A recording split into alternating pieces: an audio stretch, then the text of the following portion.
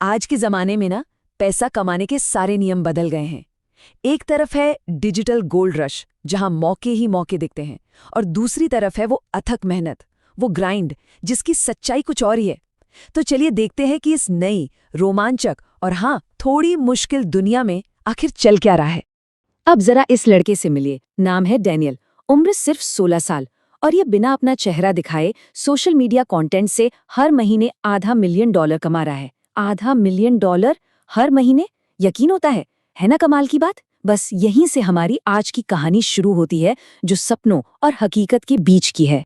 तो हम बात कर रहे हैं एक नए गोल्ड रश की, लेकिन इस बार सोना जमीन के नीचे नहीं, बल्कि इंटरनेट की दुनिया में छिपा है। और यहाँ आज के युवा पारंपरिक नौकरियों की सीमाओं को तोड़कर ऐसी फाइनेंशियल सफलता हासिल कर रहे हैं जिसकी पहले कोई कल्पना भी नहीं कर सकता था। और ये कहानी सिर्फ डैनियल की नहीं है।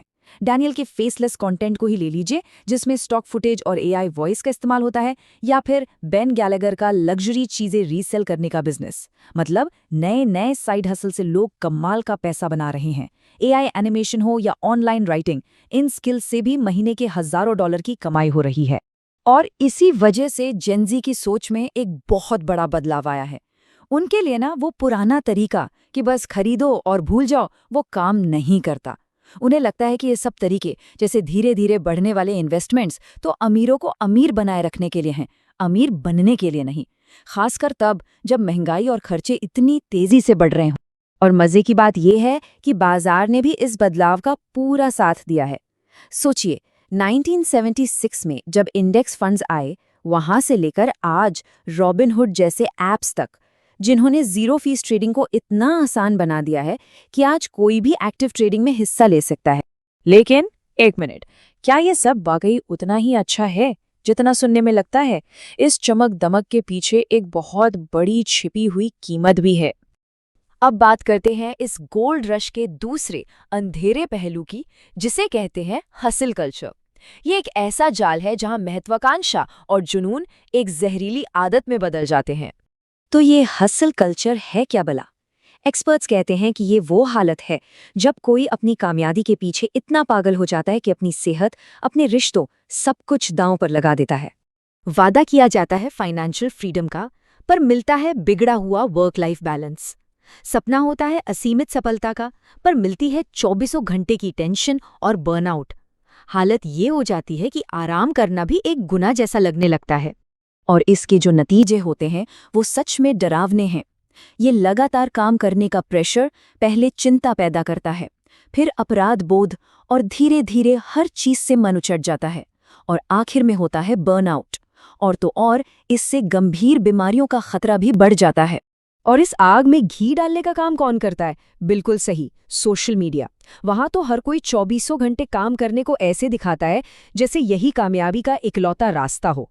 और इसे देखकर ऐसा महसूस होने लगता है कि अगर हम हर पल काम नहीं कर रहे तो शायद हम पीछे रह जाएंगे। अजब, इसी सपने और हकीकत की लड़ाई को ना जरा इन्वेस्टमेंट की दुनिया में लेकर चलते हैं, खासकर एक्टिव स्टॉक ट्रेडिंग में, जो कई लोगों को लगता है कि बस यही है झटपट अमीर बनने का टिकट। सपना क्या होता है? मैं अपना बॉस बनूंगा, रातों रात अमीर हो जाऊंगा।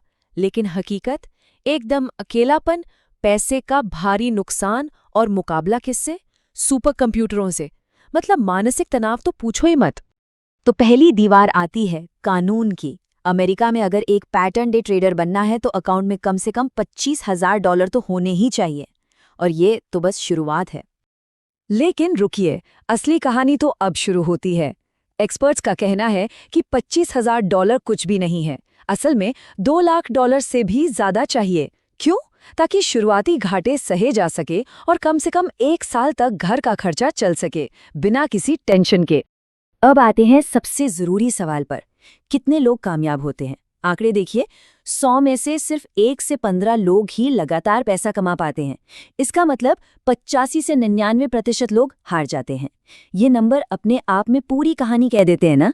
तो क्या करें? क्या कोई बेहतर रास्ता नहीं है? बिल्कुल है, रास्ता है। सिर्फ हासिल करने की जगह एक असली बिजनेस बनाने का, एक प्रोफेशनल तरीका अपनाने का। चलिए, फ्रीलांस राइटिंग का ही उदाहरण ले लेते हैं। यहाँ कामयाबी सिर्फ अच्छा लिखने से नहीं मिलती। नहीं, आपको अपने काम का एक्सपर्ट बनना पड़ता है। एक ऐसा पोर्टफोलियो बनाना पड़ता है जो बोले, और सिर्फ काम का इंतजार नहीं, बल्कि खुद अच्छे क्लाइंट्स को ढूंढना पड़ता है। और सबसे जरूरी, अपने काम को मैनेज करने के लिए सिस्टम बनाने पड़ते हैं। तो बात साफ है, लंबे समय तक टिके रहने के लिए सिर्फ टैलेंट से काम नहीं चलेगा। आपको ऑर्गेनाइज करना आना चाहिए, मार्केटिंग की समझ होनी चाहिए, और हाँ, अपने पैसे का हिसाब किताब भी रखना आना चाहिए।